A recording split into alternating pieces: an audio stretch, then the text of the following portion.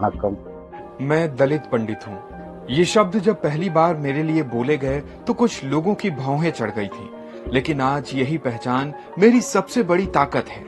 मेरा नाम रवि है। मैं 50 साल का हूँ और तमिलनाडु के नीलगिरी की ककंजी कॉलोनी में अपने गांव के मंदिर का पुजारी हूँ।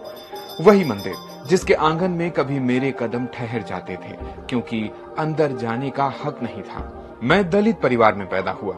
पिता मजदूर थे, दादा भी। हमने पीढ़ियों तक मंदिरों के बाहर खड़े होकर सिर झुकाया। गर्भगृह तक जाने की सोच भी नहीं सकते थे।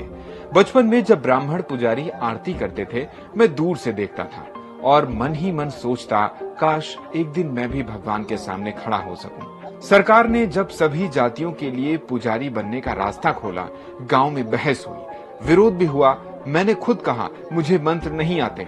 गांव वालों ने जवाब दिया, हमें मंत्र नहीं, मन चाहिए। पिछड़े समाज के लोग अब तो हमारी और इज्जत करने लगे।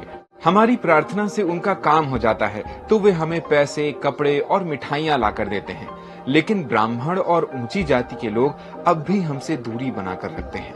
फिर भी कहूं तो जितना हुआ है वो भी कम नहीं है।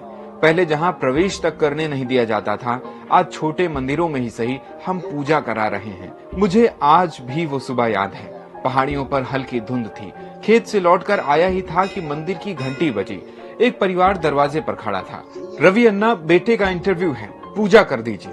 मुझे मंत्र नहीं आते, मैंने कभी संस्कृत नहीं पढ़ी, लेकिन मैंने दिया जलाया, धूप दिखाई और आंखें बंद कर बस इतना कहा, अम्मा इनका भला करना।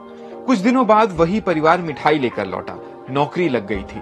उस दिन लगा शायद भगवान को भाषा नहीं, भावना चाहिए। आज मेरी पूजा बहुत सीधी है, दिया, धूप और सच्चे मन की प्रार्थना। सरकार मुझे 20,000 रुपए देती है।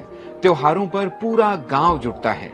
कुछ लोग अब भी दूरी रखते हैं, लेकिन पहले जहां दहलीज पार नहीं कर सकता था, आज वहीं खड़े होकर आरती उतारता हूँ। मैं दलित पंडित हूँ और जब भी दिया घुमाता हूँ, लगता है सदियों का अंधेरा थोड़ा कम हो रहा है।